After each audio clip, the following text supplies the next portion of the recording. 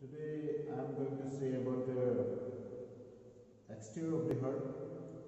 These are two hearts that collected from cadaver. So today I am going to say about the heart, how it holds in anatomical position first.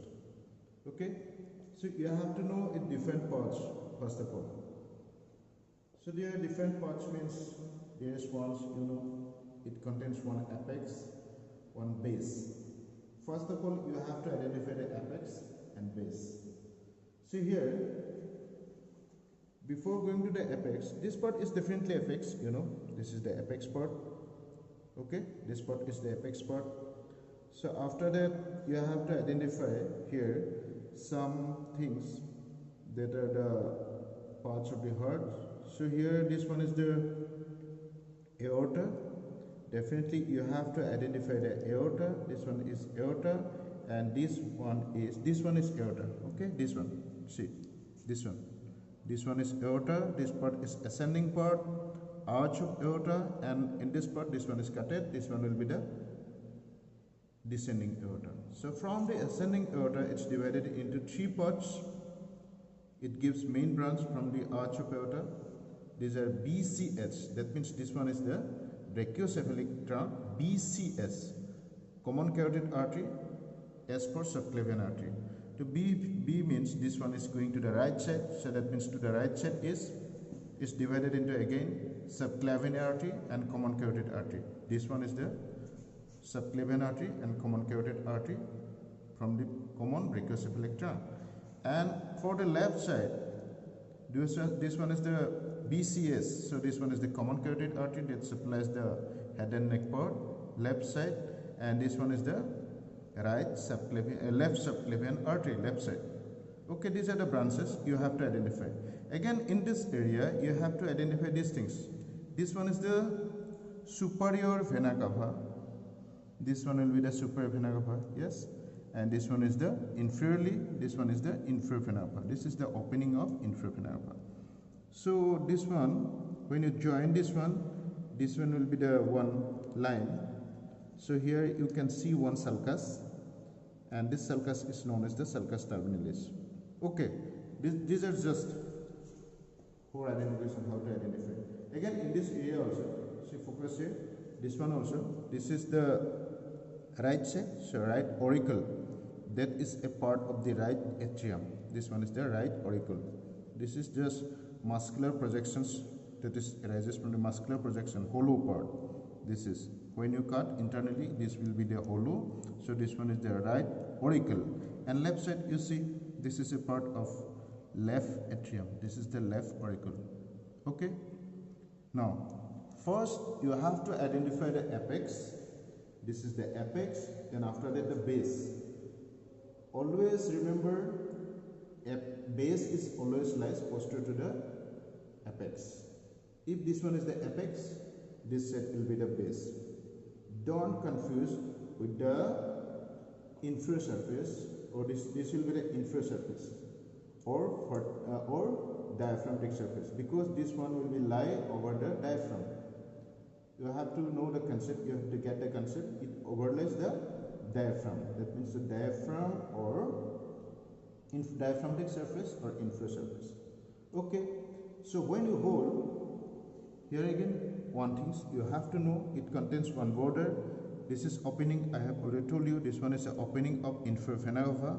So from the opening of the inferior vena cava to the apex, there is one border. This is the sharp border.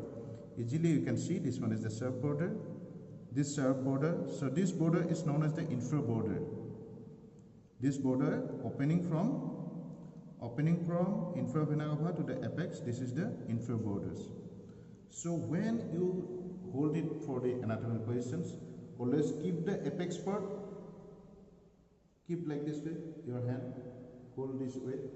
So after that you have to keep the apex in this area. That means this is, I am given the apex in this area. So what happened is, remember this line, inferior border will comes this way, along this way. Okay, along this way. So like this type. Clear? So this is the way when you hold this one in anatomical positions. That means it lies over the diaphragm. So this part will be the diaphragmatic surface. Now, I'm going to say about the different parts. So this is the apex, and this part will be the base. See, this posteriorly, this part will be the base. Whatever lies in this area, this part will be the base.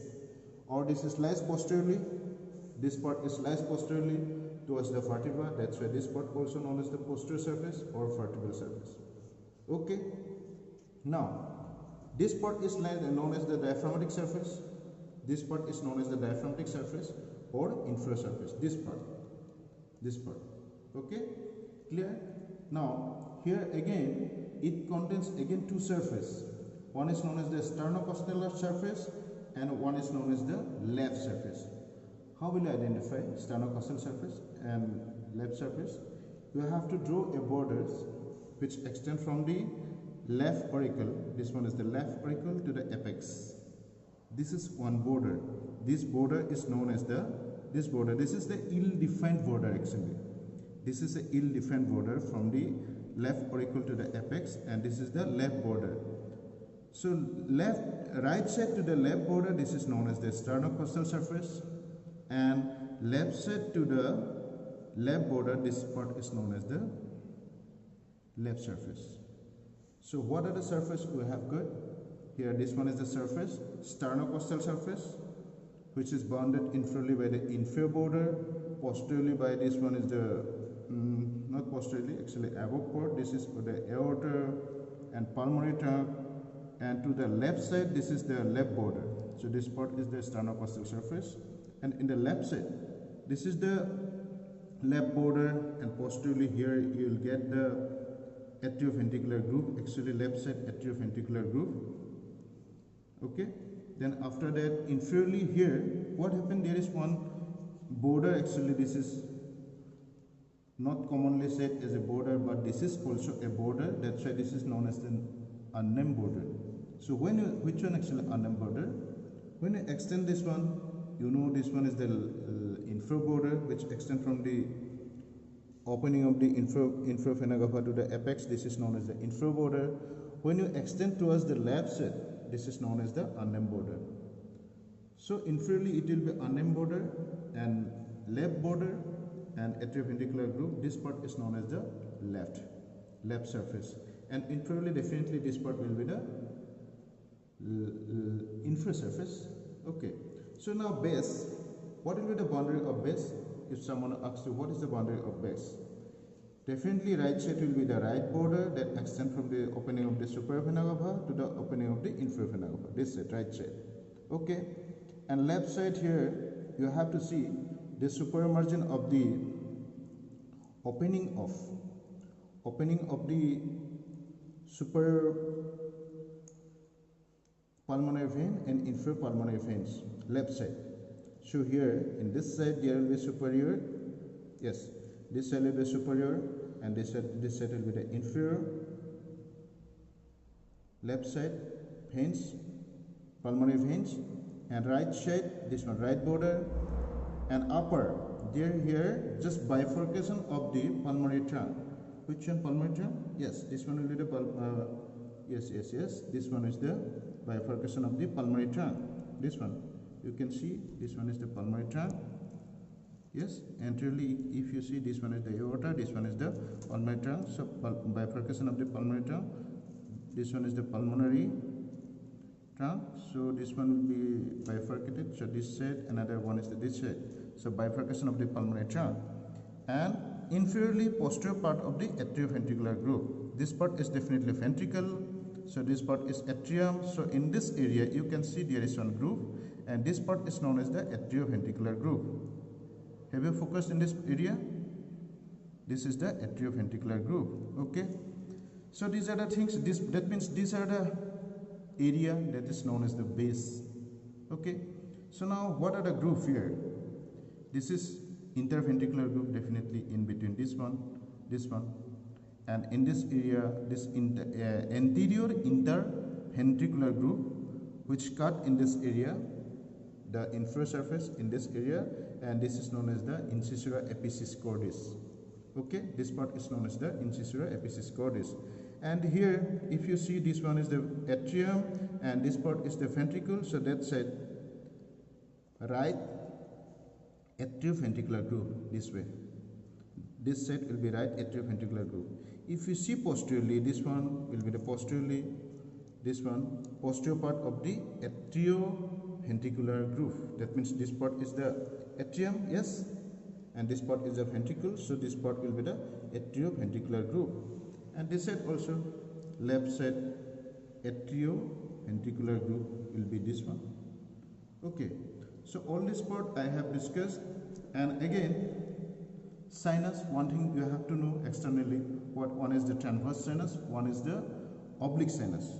So transverse sinus, that means this one is the common source origin, this is an anterior and both these are same, developmentally arises from the same trunk. This one, this is the aorta and the pulmonary trunk. So anteriorly this one and posteriorly the other, all these parts. So when you hold this way, you will get, see, my finger is giving this way, okay, using this way. So this, there will be the one foramen directly, this one is known as the, this one is known as the transverse sinus. Okay, transverse sinus is this one. Okay, now again another, you know, this one is known as the oblique sinus. It lies posteriorly. When you see the posterior part, that in this area, that means in this the J-shaped area, in this area, this way you will get, in case of intact heart, there will be the oblique sinus. So I hope all these things will be clear for you. Thank you for watching this video. I'm going to upload this one. So in the next video, I'm going to make another video. So where will be the inside part of the heart? So today I'm only completed the outside part of the heart.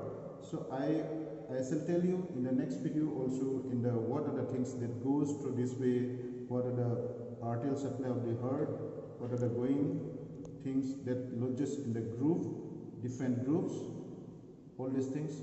Okay, thank you.